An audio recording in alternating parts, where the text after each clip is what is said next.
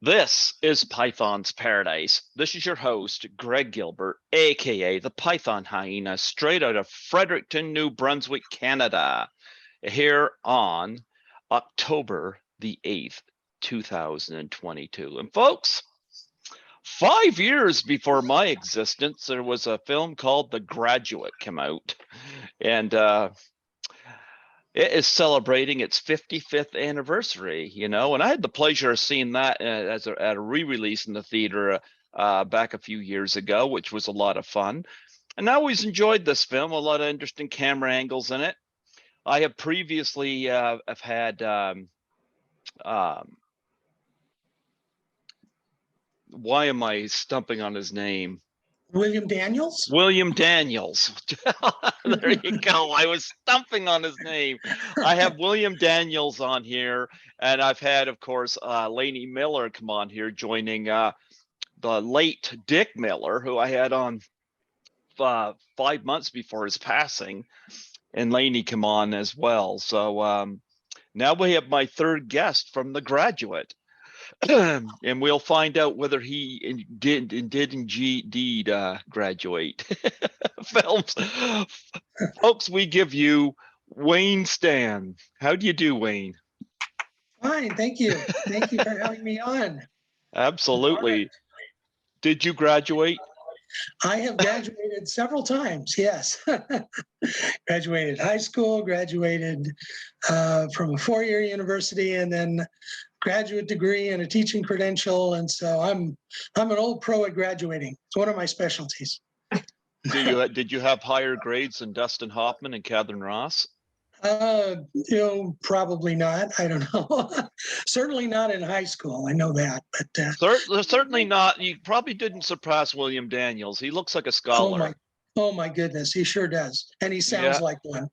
Oh yeah. He sounds like he could have been in the founding fathers and helped found the country. Yeah.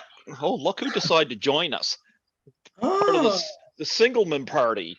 All right. Yes. He come to find out whether the Singleman Party is going on. Do you know? Skittles wants to go to the Singleman Party. Hi, Skittles. Yeah. We could get photobombed by one of our kitties too.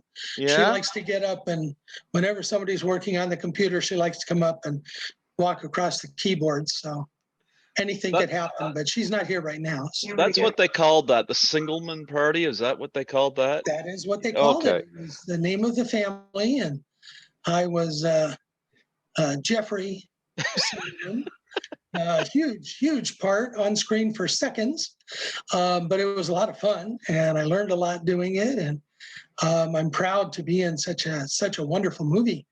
But yes, the Singleman Party was the happening thing that happened. Skittles wants to go to the Singleman Party only if they have. He wants to know if they got treats there. I'm sure there were all kinds of treats. I don't know how many of them would be of the fish variety, but I don't know Skittles' taste. So Skittles says he likes Temptations. Did they have Temptations at the Singleman Party? No, but we have some about 6 feet from right where I'm sitting. So I wish I could just, hand the. Oh, that's my buddy Skittles. Sometimes he gets up there and I was rubbing against my pinky finger. You know what? Before we get into The Graduate in more detail, I would like to get some of your background and what led you to get into the business. Well, I was a very quiet child, and when I got to be 8 years old, I was more content to be sitting around my room listening to classical music, which I liked, or to be reading. And I wouldn't say I was totally reclusive. I was okay at school, but I was pretty much to myself. And my parents enrolled me in Cub Scouts and Little League and Children's Theater. Mm-hmm. And the Cub Scouts were okay. I stayed with Scouting for a couple of years. I loved Little League and sports, and I was already a baseball fan at age 8, so I loved that. But once I got on stage and I could make people laugh and I could have fun, I was gone. I was addicted, hooked immediately, and so I wanted to continue doing theater. And our children's theater director was a professional actor and had some connections. And it's crazy luck. They were opening a 3,500 seat theater for doing Broadway musicals about 5 miles from our home here in Southern California. So I went and auditioned, and I got a part, and I got another part, and I started to do a lot of, including some fairly nice roles in musicals. And then those were high-profile plays with big stars in them. And so I was approached to get an agent and to do a little bit of television and some commercials, and even one short, I don't know, experimental film, I guess you'd call it, with Billy Wilder, of all people. And I had gotten into the business, and I was serious about it, really wanted to be an actor. And by the time The Graduate came around, I had done quite a bit. Yeah, you were part of My Favorite Martian. Yes. Yeah. And Mickey Rooney had a series called Mickey, and I was in that. I told you I did an experimental film with Billy Wilder in 1964 with Ken Berry and Jackie Joseph and Kenneth Mars, and it was a lot of fun, very, very silly, cartoon-like thing.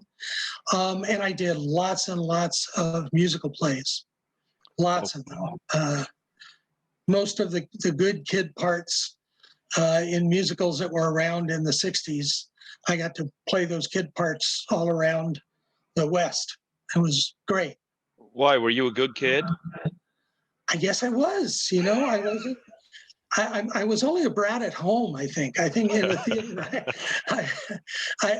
I really loved what I was doing. I worked hard, and I was a sponge. I asked lots of questions, and I did keep getting rehired. So I know from directing a lot later in life that it's really important to choose people you want to work with. So I guess I was a pretty good kid. I wasn't that good at home, but I was a good kid at work, and I took it very seriously.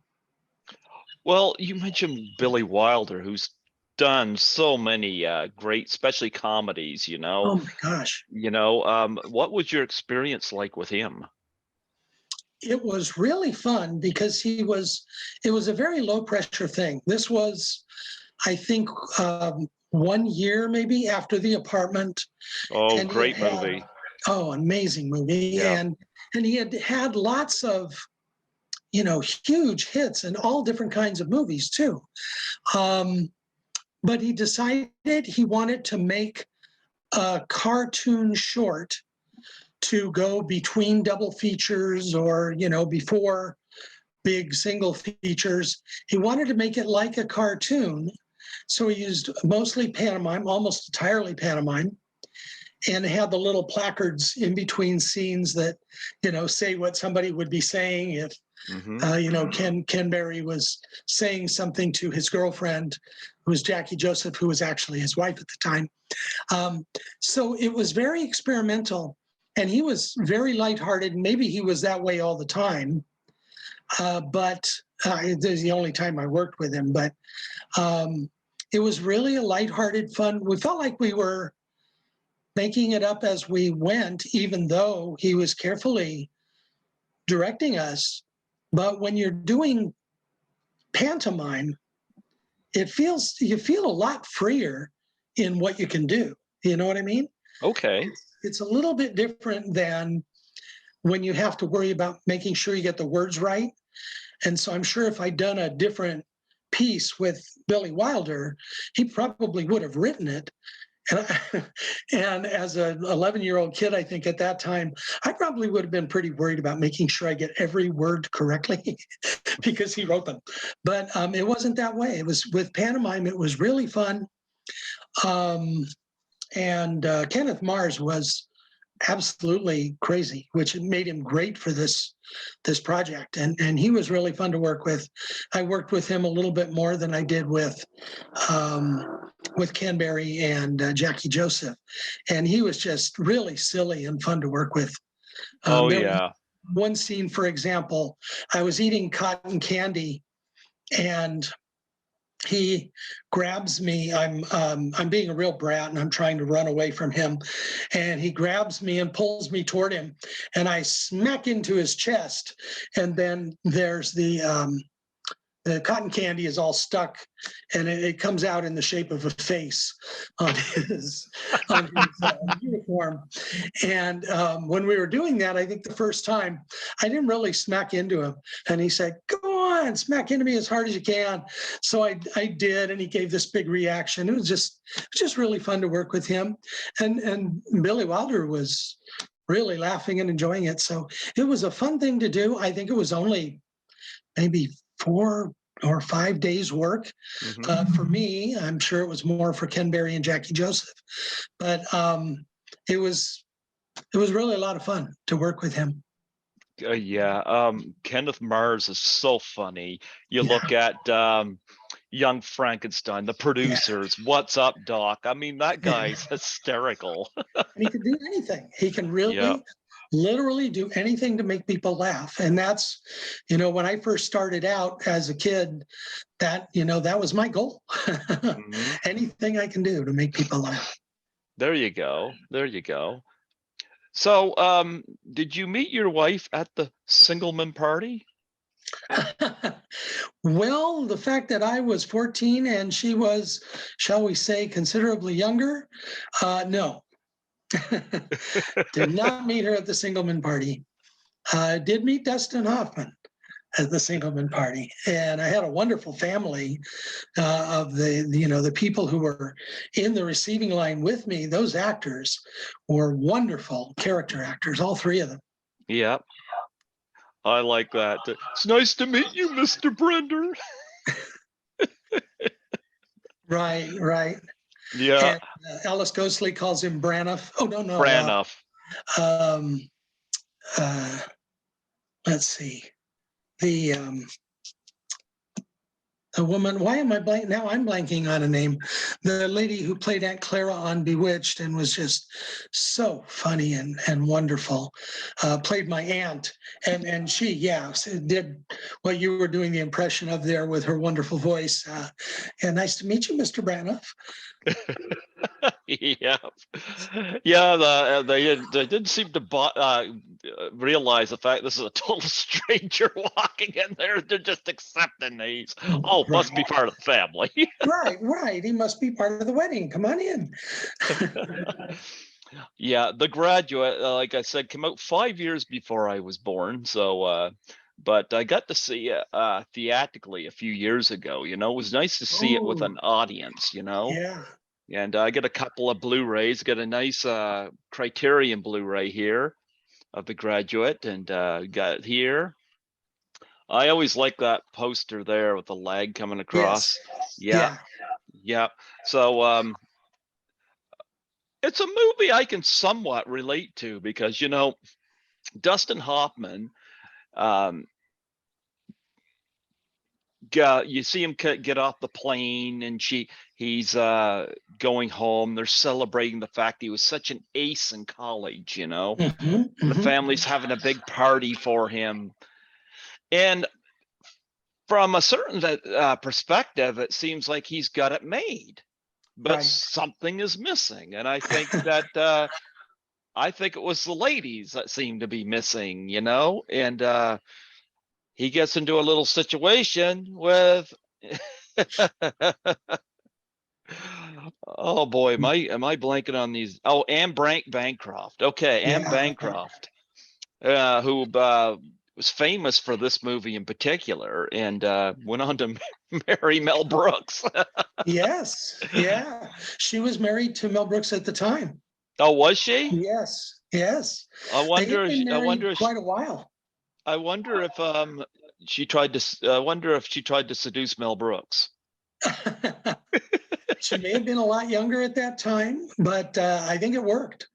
They were married a long time, Mhm. and I got to meet both of them on the set, and it was fantastic. It was wonderful. She had so much grace and charm just in meeting me.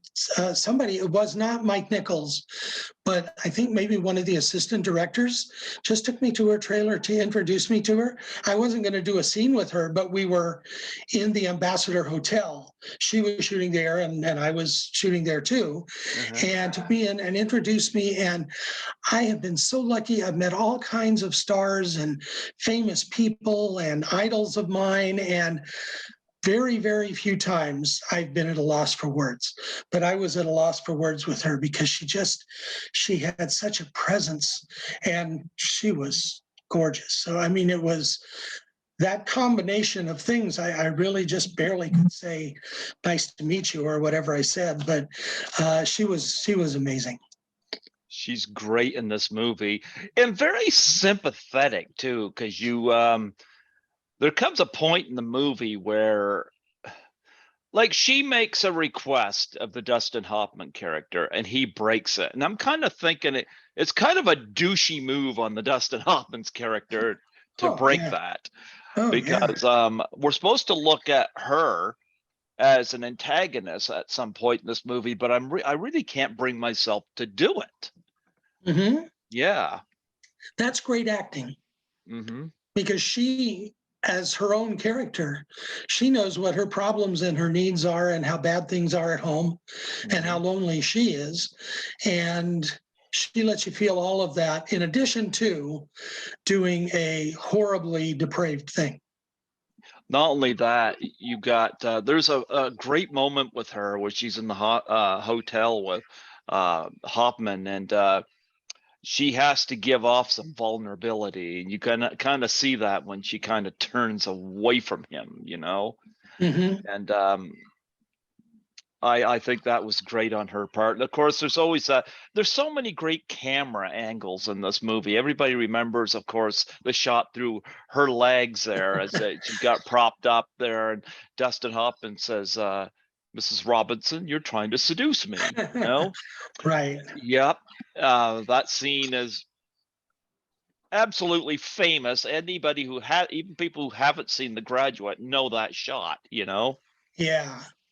There are two reasons that I think all those great creative angles came up, and the timing and everything is just impeccable. And that's obviously Mike Nichols, one of the great directors Yep. ever, and he won several Tony Awards as well. Hmm. Great theater director, really knows how to bring the most out of actors.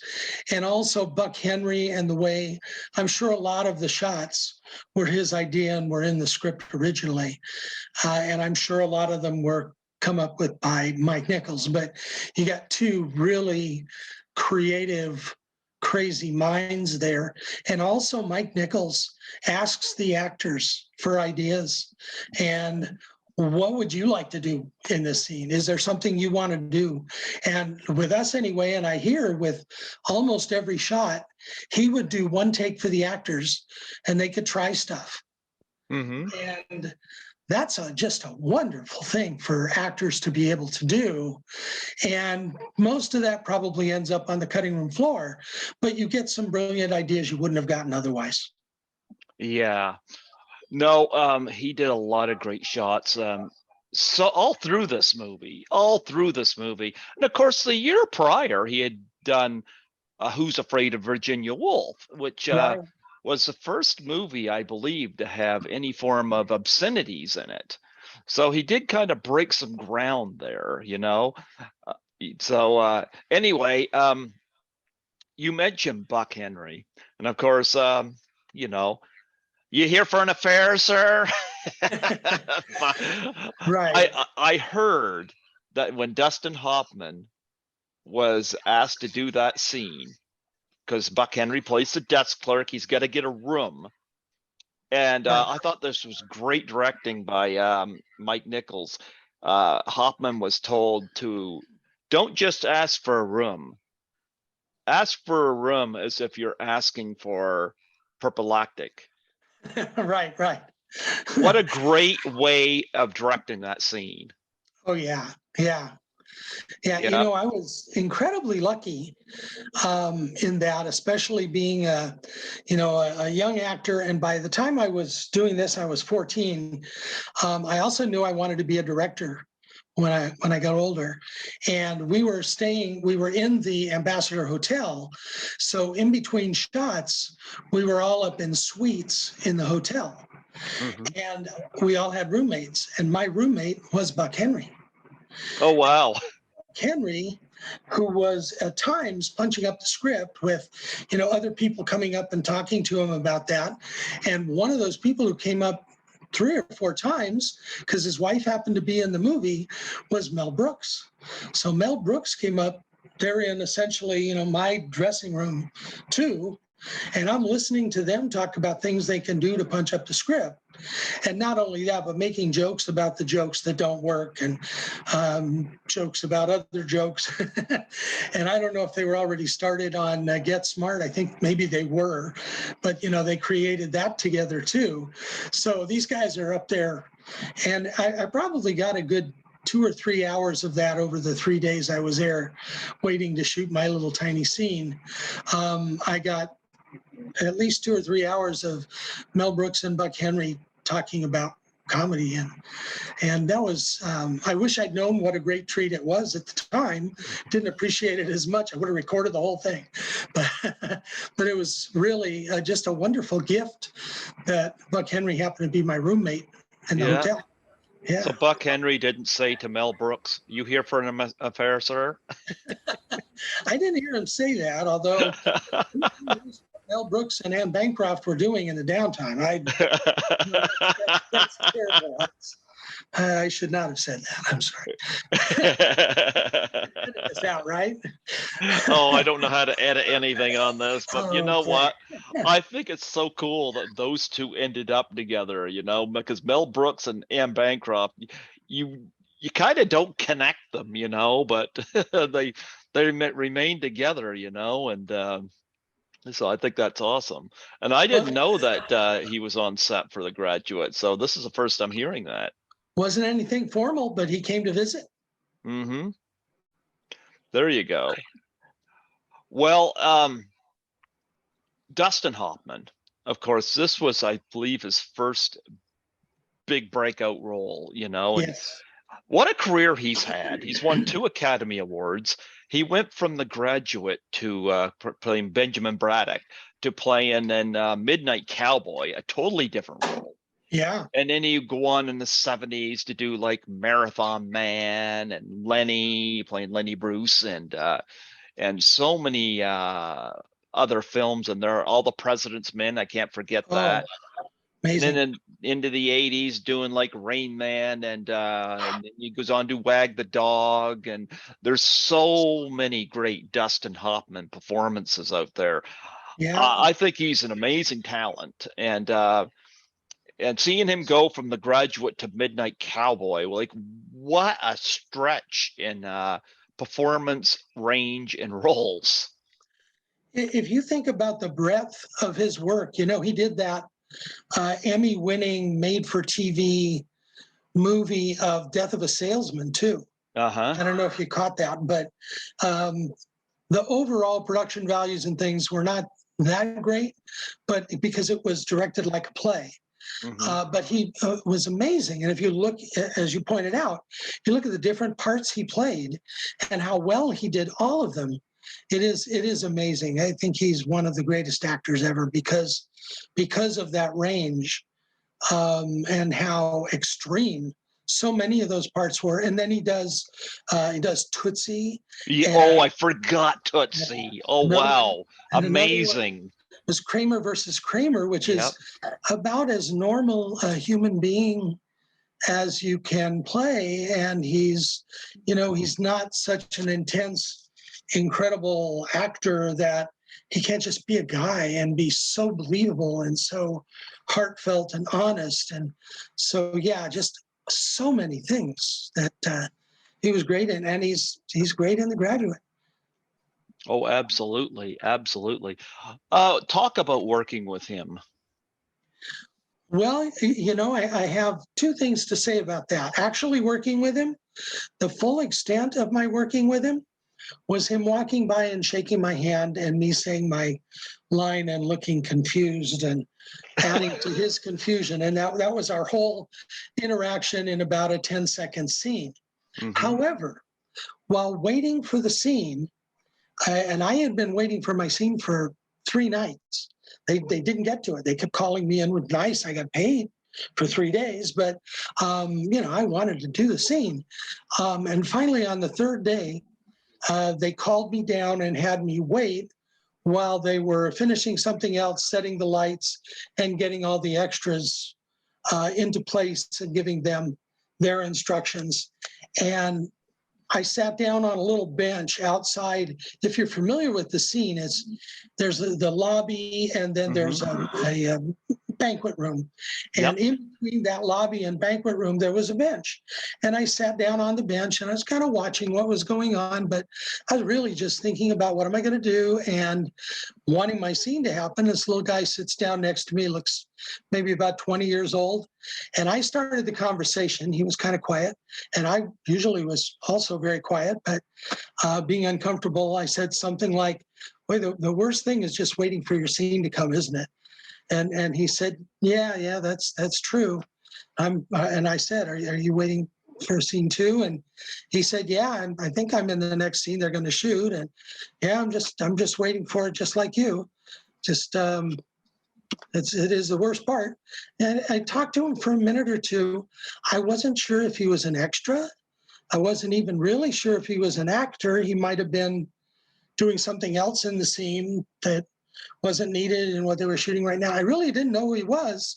And then at the end of our conversation, it looked like they were wrapping up in the banquet room. And I said, and my name's Wayne. And he said, my name's Dustin. And we both got up and walked into the scene. So he was a shy, very nice, not at all imposing kind of figure. But that was more interaction than I got with him on camera. You're seeing the shot for camera. Yeah. No, I had connected with you through Tommy Kovac, who interviewed you on Splat from the past. Mhm. And one thing he had mentioned to me in private, he said that you had a way. I mean, you're just in that scene, but apparently Mike Nichols cracked up a lot at you. Could you elaborate on that? Well, Mike Nichols was cracking up, and I don't know if you can hear it in the final take, but I know it was in the rushes. You could hear him. He was really laughing. Um, but I don't think it was so much just me, all four of us. Oh, I remember the actress's name, Marion Lorne, Okay. played my aunt. Okay. And, she's just hilarious. All she has to do is say hello to you in character. Out of character, she's actually a nice, sweet little old lady and very Yep. smart. Not at all what her character was, but just in character, she could just say, "Are we shooting?" or "Hello," and he would start laughing. She was amazing, and so were the other two character actors. Jonathan Hole, who Hmm. played my dad, was Yep. very funny guy, and Alice Ghostley, has made people laugh for like 30, 40 years on television. Um, and so I think he was laughing at all of us, but I think somebody may have said that he was laughing at me, and that's fine. I was trying to look baffled and confused, and but part of what he told me, and this was really helpful to me, when he hired me, or when he auditioned me, and then found out later he had hired me. He told me, "I want you to look around like you're in a family of crazy people who are saying and doing stupid things, and you're the same one who would like to correct it all, but you can't possibly." And I thought that was really fun advice. And when I saw the script and I knew the scene, that was something I could actually do with this little tiny part. So I think maybe that's part of why he was laughing. It's funny. I've had people turn me down interviews because they're just in a tiny part in a movie and they feel they have nothing to offer. And I'm like, I'm hearing you talk about this little scene you're in The Graduate, and you have so much to share about that. I think this is a lesson for all those people who don't feel they have anything to share despite being in a small scene, because it sounds to me that you had a blast on set. You certainly had an experience. Yeah, and I learned a lot from Mike Nichols, especially just Yep. watching how he directed, and also that little bit of time in the dressing room with Mel Brooks and Buck Henry, and the way they were talking about timing. And there were a couple of kind of tricks to comedy that I learned just listening to them, and why a scene, why he couldn't change a line, or why he didn't want to take out a line or add a line, or excuse me, here or there, because I don't know if you've ever heard this before, but comedy comes in threes. So if you have a timing set up for a line that is, three things, the third one, if you time it right and if it's a good punchline, it's going to work a lot better if it's the third thing and not the second and not the fourth, and things like that. I just learned a lot, and I think I would especially say what you're talking about is a really good lesson, especially for young or inexperienced actors, but it is for everybody. If there's, embrace an opportunity and take away whatever you can take away. And when you're done, if you don't feel you took anything away, maybe you want to do something else. But for me, that experience was wonderful. It was only 3 days, and I certainly don't feel like I deserve any pats on the back for it or anything like that. Wasn't special, and except maybe to Mike Nichols for 30 seconds, I don't think I stood out. But it was fun, and I learned some things, and I enjoyed that. And I've gone on the most of my life after that. I've been directing, acting, writing, producing, almost all theater. And I worked with a lot of actors and tried to impress those ideas on them, especially when I taught. I taught high school and really tried to impress that on the kids that I worked with, that it doesn't matter what size part you have. It doesn't matter if you only have a couple of lines, or if in a key scene you have one take or you have one moment. If you do a great job with that, everything works. And you're a part of something very special that works. And you'll learn about that, and that'll be a part of you going forward. And so I just always felt that, that was something that that I had learned including from The Graduate, and that I tried to help them learn. And also one of the things I did was, if I was fortunate enough to have the same, best actors in the school for 2, 3, or 4 years, I would make sure I gave them a small part they could do something with, and a larger part they could do something with, and whatever I could do in between, and put them behind the scenes and all of that, so they could kind of feel for everything that's going on. And I hope that benefited them. Well, even Richard Dreyfuss appears in this for just a Yeah. tiny moment, and look what he went on to do. Yeah, yeah. Well, he had a bigger part than I did.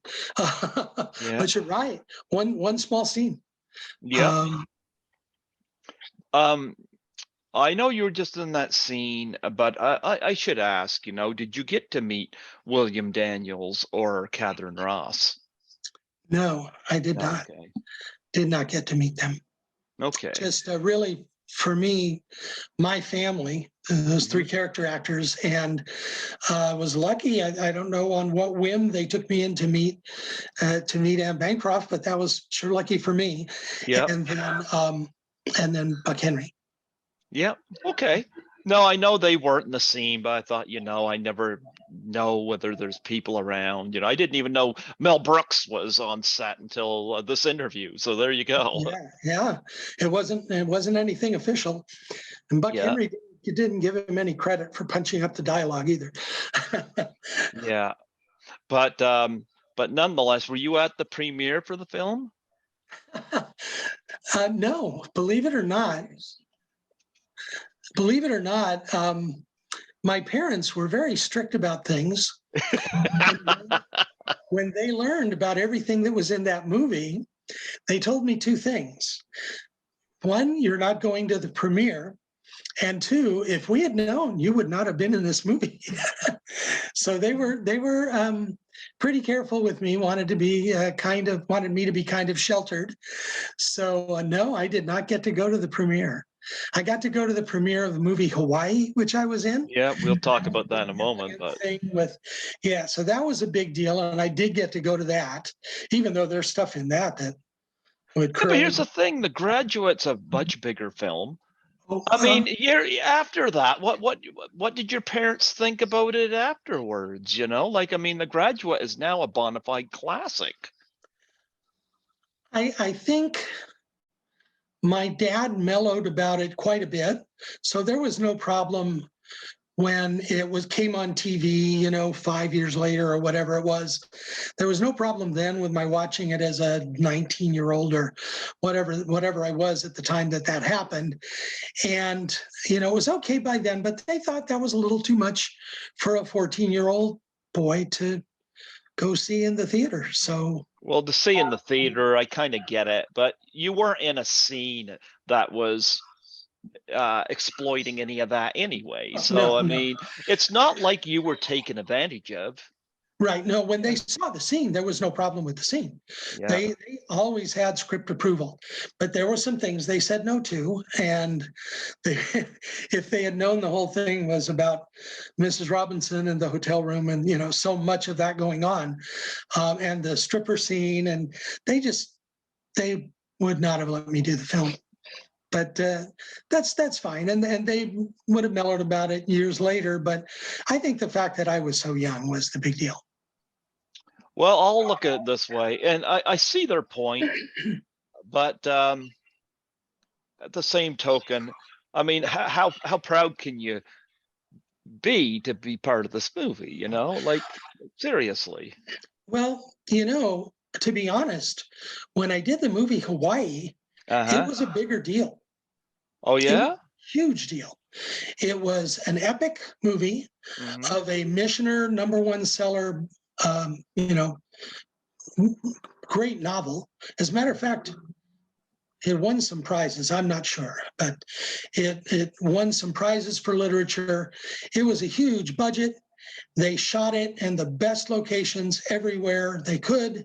They got Julie Andrews, who was a big star at the time, and Max von Sydow and George Roy Hill directing. And so it was a huge deal. And by the way, if you look at the cast of that, they were semi-stars at the time, and many of them became huge stars. Carol O'Connor has a small part in that. Gene Hackman has a small part in that.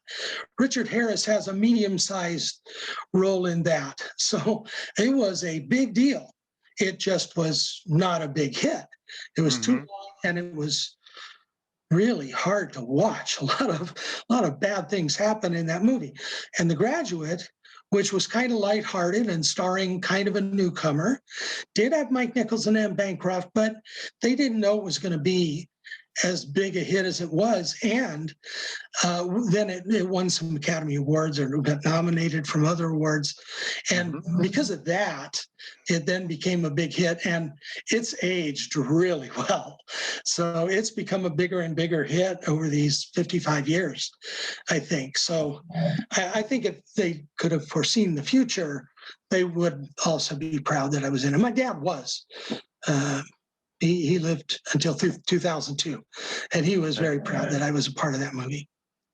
Well, I'm going to be frank, I have not seen Hawaii, but yeah, it does have a big cast in it. Talk about your interactions with people in this movie. In Hawaii? Yeah. It was another amazing, very lucky experience that maybe just was because I worked really hard, and I wasn't acting to try to convince people I was working very hard. I was really working very hard, and there's a difference there. So I was cast, and I didn't understand. I had not read the book. I was barely 12 when I was cast, and found out we were going to Massachusetts to film Hawaii.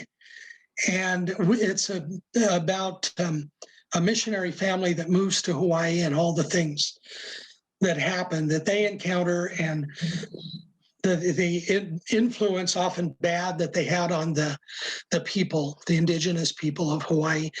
And so it was a great learning experience about everything. But when I got there, we had this thing that was a very theatrical kind of experience.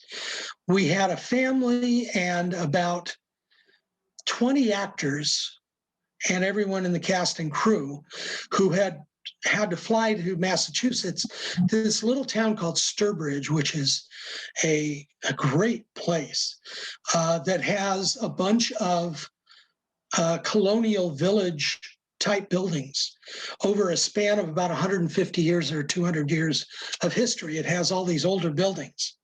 So we were playing scenes from the 1700s, I guess. It's maybe late 1700s or mid 1700s. And George Roy Hill, the director, had us all stay in the same hotel that was right across the street from Sturbridge Village. It wasn't a big fancy schmancy hotel. It was almost like a motel. And we were all in there close together, taking up most of the hotel, having our meals together. We always had breakfast together, except most of the crew were not there. Mr. Hill was not there, but the cast was always all there. And a few of the other people, makeup people and so on, were there. So we all had breakfast together. We all bonded. We all got to know each other. And that was very different from other film type things I had done to that point, or TV, definitely.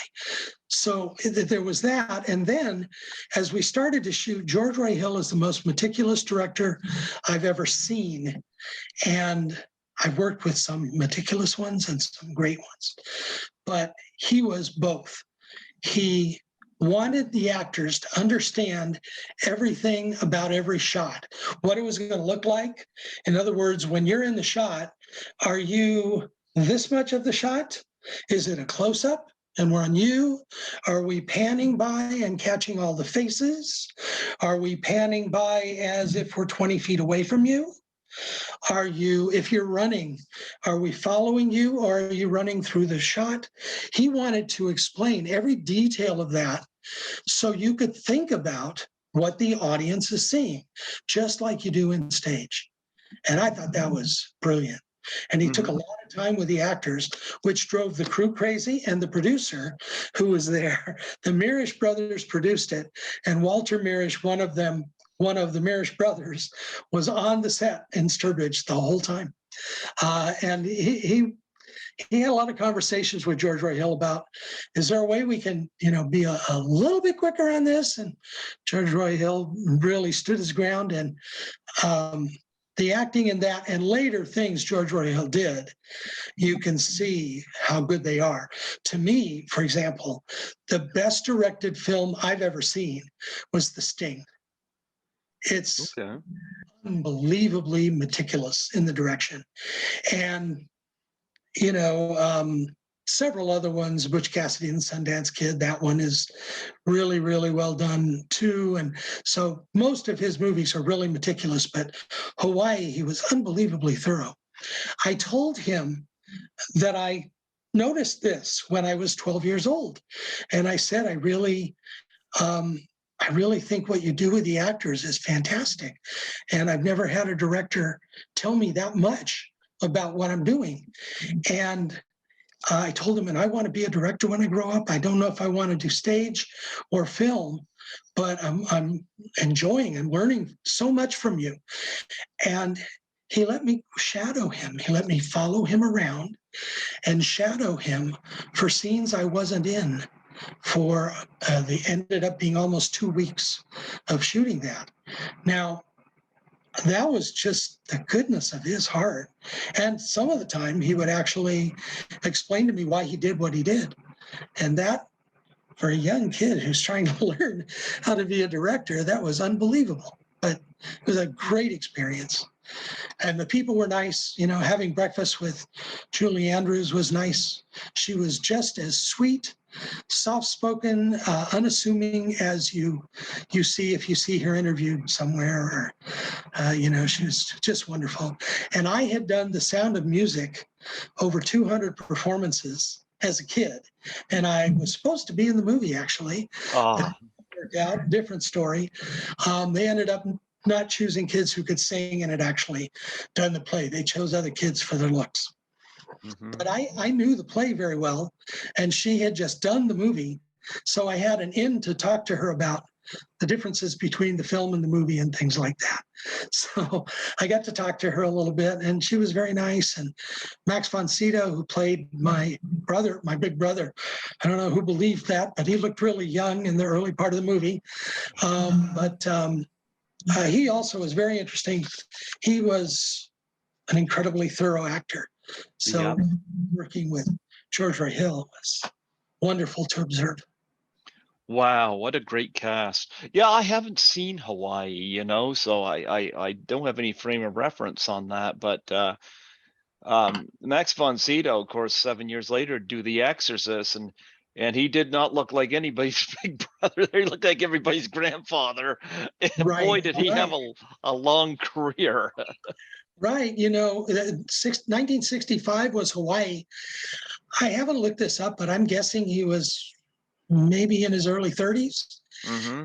And then by the end of the movie, he's supposed to be, I think, in his 60s, and it was pretty believable. He was Oh pretty yeah. believable. And you're right, in several movies, then when he was 60, he could look 75 or 80. And Yep. he was a good actor. He was also very good with makeup and the physical part of looking older and being older. Yes, he was. Yes, he was. Now you did some television work as well that I want to touch upon. Like, let's go back here. Um, okay, My Favorite Martian. There's a TV show from the past. Yes, yes, it is. Yes, and that was a good experience. Excuse me. I was cast by Lynn Stallmaster, who, if you don't know who he is, if Uh-huh. you're looking for that name on credits of movies from about 1965 to 1985, or Uh-huh. television shows from about 1965 to 1980, 85, his name is probably on about 1 in 4 or 5. He was incredibly prolific as a casting director. He cast me in the Mickey Rooney Show. He cast me in My Favorite Martian. He cast me in The Graduate. He cast me in, now I'm forgetting what else, but My Favorite Martian. And I think they primarily went on his recommendation that he thought I would look kind of like Ray Walston if they dyed my hair a little darker.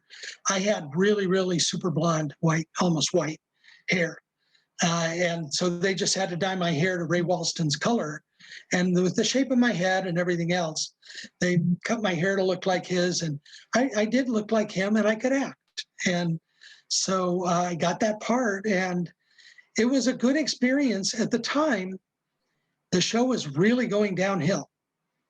And Ray Walston wanted them to infuse more and better writing talent or bring back the old writers who had been good in the first season and a half. So actually, my episode was one where they were trying to make a comeback, so to speak, and introduce another Martian. Okay. And there were going to be 2 Martians living in the house. This little, I think I was supposed to be 11 and a half, even though I was 13 at Yeah. the time. I always looked pretty young for my age until now.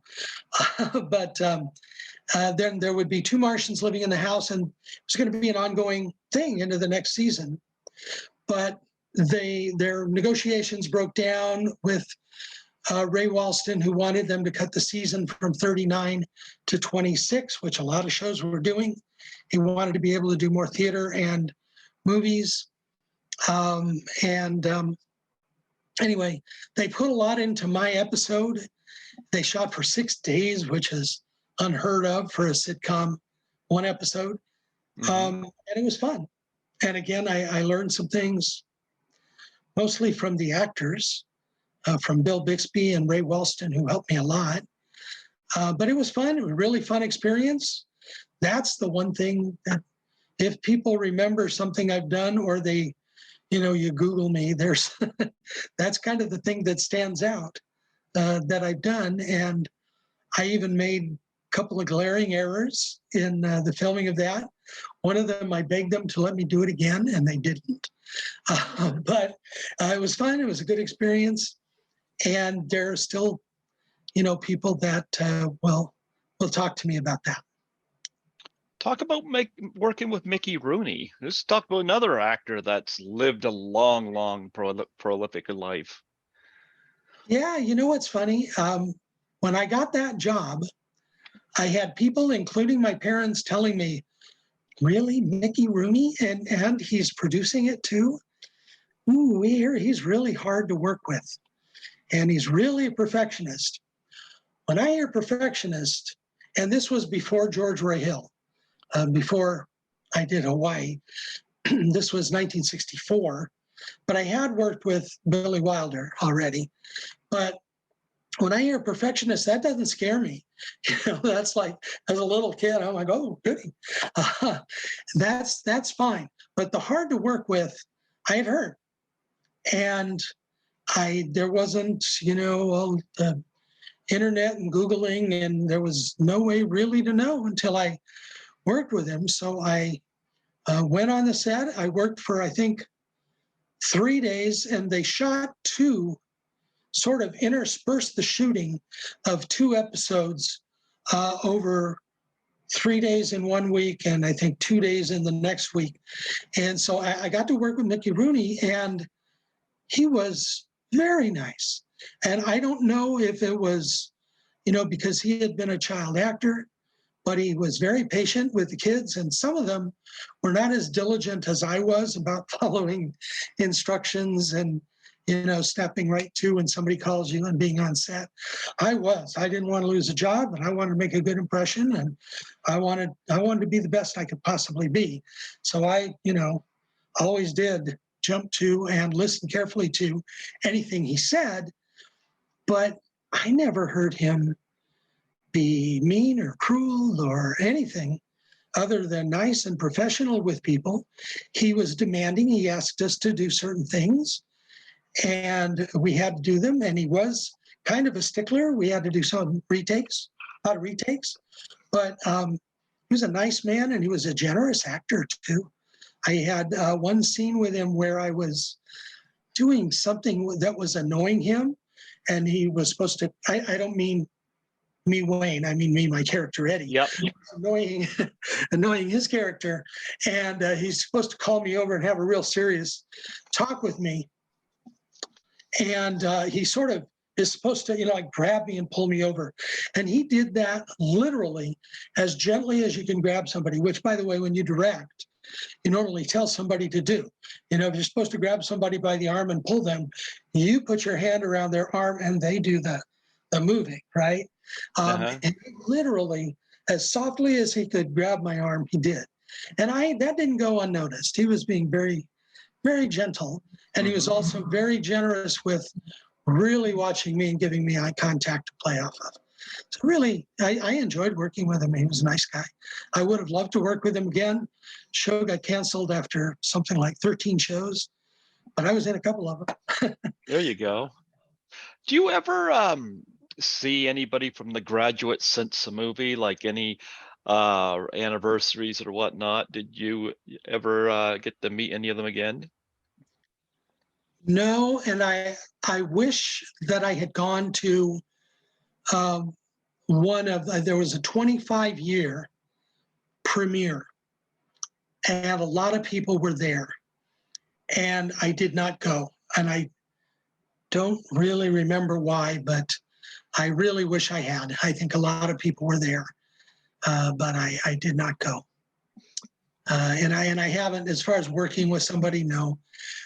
One of my experiences after meeting and doing all these things in the 60s, I can't watch an old TV show or movie without seeing somebody I know or seeing somebody I know in the credits, from, you know, an assistant director or somebody that did the sound or the makeup or whatever it is, executive producers, but casting. I see Lynn Stallmaster all the time, but also tons of actors. Drives my wife crazy. I'm always saying, oh, wait, come here, see this guy. He was my father in this play or that play, or even, you know, my father from The Graduate, Jonathan Hull. So I met a lot of people, and sometimes I met people years later. I had done theater with Rose Marie, Mm-hmm. and in 1983, I sort of got pulled into being on the board of a group called the Fund for Animals. So Okay. I wouldn't necessarily call them animal activists, but they did a lot of things to rescue and save animals and protect animals. And Rose Marie was on that board of directors. So I was reunited with her and got to talk to her and catch up on a lot of other old friends. I also had worked with Jerry Van Dyke in theater doing Bye Bye Birdie, which part of what made his brother famous. Well, his brother came and hung out a couple times, and I got to know him a little bit. And in the same kind of function, working for the Fund for Animals, I got to work as a director on a series of what do they call them, public service announcements for spay and neuter and local shelters that Dick Van Dyke did. And at first he didn't remember me, and I had to tell him who I was, but then he remembered me. And so I got to see him again and work with him briefly, but very rare that I got to see somebody again years after working with them. And most of that is because I went into local theater and even regional theater was in a specific location, and I just didn't see that many people I'd worked with before. Okay. Well, do you ever get to do any of the conventions, like the autograph conventions? Have you ever gotten to do that? No, and I've had a couple of invitations from the gentleman who owned the rights to the Jack Chertok television shows, including My Favorite Martian. And the first time it didn't work out because of my work schedule. I had a play going at the same time and couldn't really let down my high school kids. And another one, they sort of let him down on being there. They were doing something at Roswell, New Mexico. And he was invited at one point, and then he was not. And then there were some other things I was supposed to do with him, but near the in the early part of the pandemic, he was away from COVID.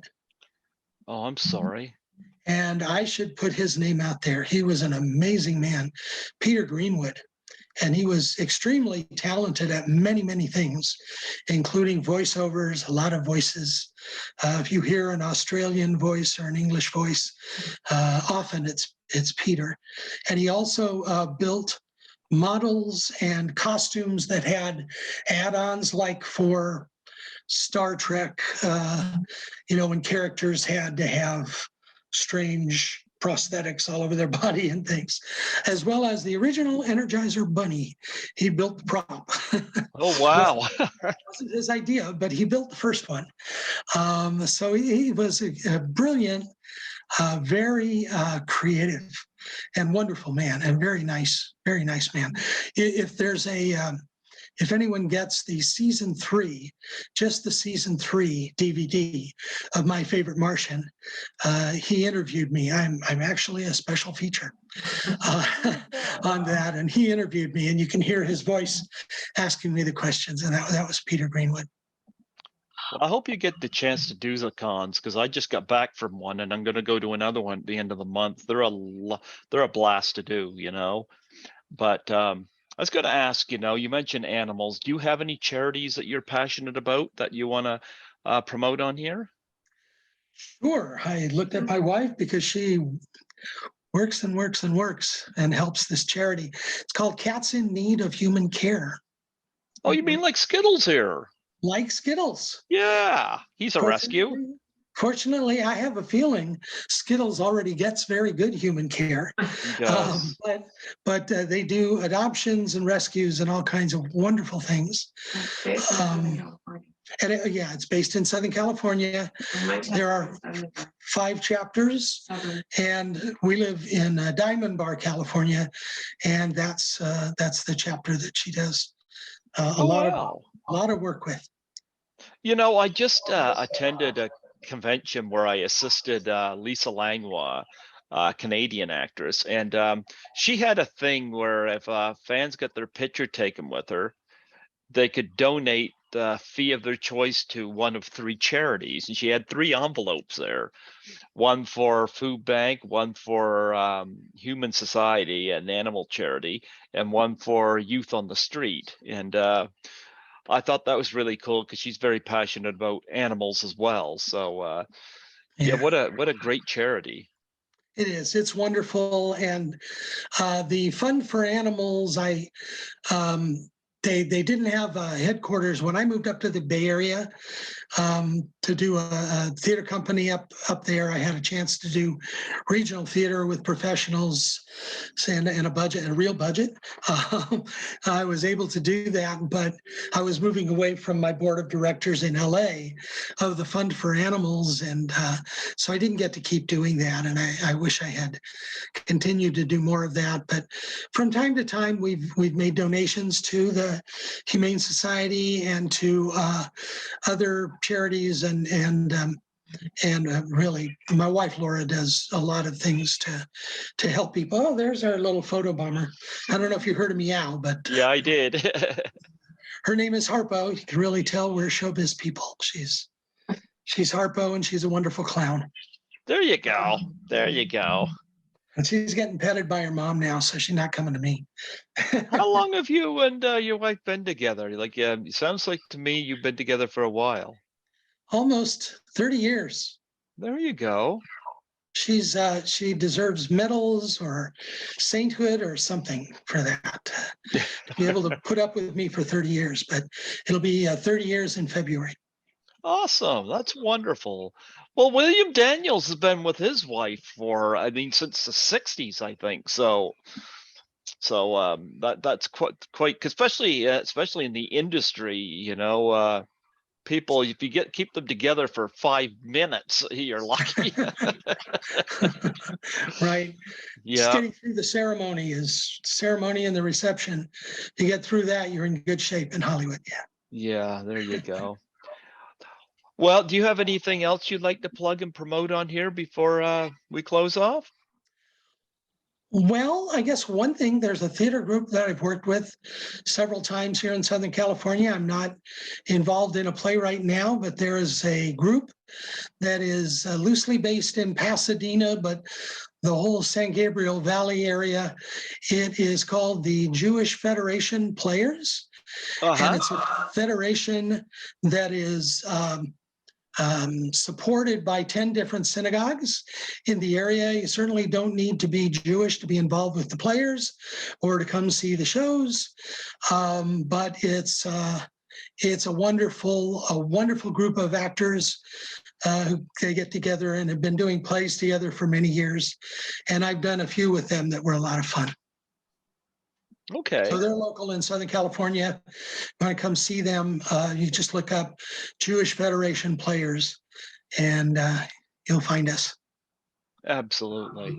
Well, you know what, Wayne, it was wonderful having you come on here today and talk with me. And it's an honor of able to highlight this movie. It's going to be a 3rd time I've interviewed somebody from this movie. So how cool, Well, thank you so much. It's been an honor to be, first of all, just to be remembered, and the fact that you looked me up, that's wonderful. But also to have your interest in everything that I've done. And as you can probably tell, I do enjoy talking about my experiences. I've been very lucky. Well, Tommy Kovac was the one that brought you to my attention. A lot of times he'll message me and say, have you reached out to this person for the anniversary of this film or something like this? And when he mentioned you for The Graduate, I was like, okay, I would love to touch base on The Graduate for its anniversary. Absolutely. So when he mentioned you, I was like, okay. He said, I remember, he mentioned the scene. I was like, yeah, I remember the kid. Wow. Yeah. Well, I'm honored.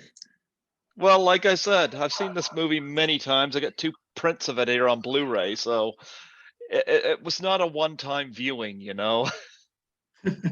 So, and I got to see it in the theater on a re-release, so that was fun too.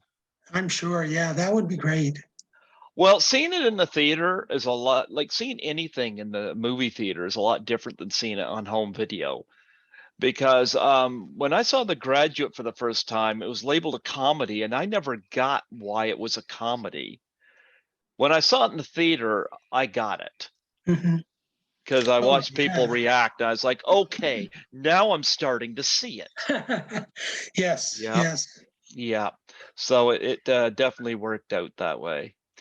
But anyway, I want to say a special shout out to your wife, Laura, for connecting us today. So I got to throw a little thanks to her, who's camera shy and doesn't want to come in there and show herself. That's true. Yeah. She's beautiful. Just take my word for that. She's very beautiful, but she is camera shy. Tell her to come in there right now. Say hello. Nope, she's shaking her head. What? Oh no. Boy. No, oh well. But her heart was here the whole time. There you go. Well, I'll get this to you when it's up and ready, and you guys can watch it. And yeah, so absolutely. Thank you again very much. It was fun. Well, The Graduate will be celebrating. I think it was released in December 1967. And so if memory serves me, and so it's going to be celebrating its 55th anniversary this year. Can you believe that? 55 years. Oh my gosh, I'm old. And I was born in 1972, so. So you got 20 years on me, so. There you go. 52 for me, so anyway. Well, you were born the same year that Singing in the Rain came out. Yes. There you go. I was not in that. No, you didn't spin around the lamppost with an umbrella? No, I think I was screaming in the hospital and not singing in the rain. Well, Wayne, before I let you go, would you mind doing a plug for my show? Absolutely. Yeah, just state your name and say that we're celebrating the 55th anniversary of The Graduate, and say we're listening to Greg Gilbert on Python's Paradise. Okay, will do. Go for it. Tell me when you're ready. Hi, this is Wayne Stam, and I'm celebrating the 55th anniversary of The Graduate with Greg Gilbert on Python's Paradise. Wow, you got that in the first go. Man, I'm a pro. You are a pro. I've had some people have to go through it several times. No, I'm lucky I got it the first time. Oh, wow. Well, you know what? Thank you so much for the honor. I appreciate it so much. Oh, you're very welcome. Anytime. Absolutely. Well, God bless you, man. And you have yourself a wonderful day there in California. Thank you. You too. Have a nice night. You too. Bye-bye. Bye-bye.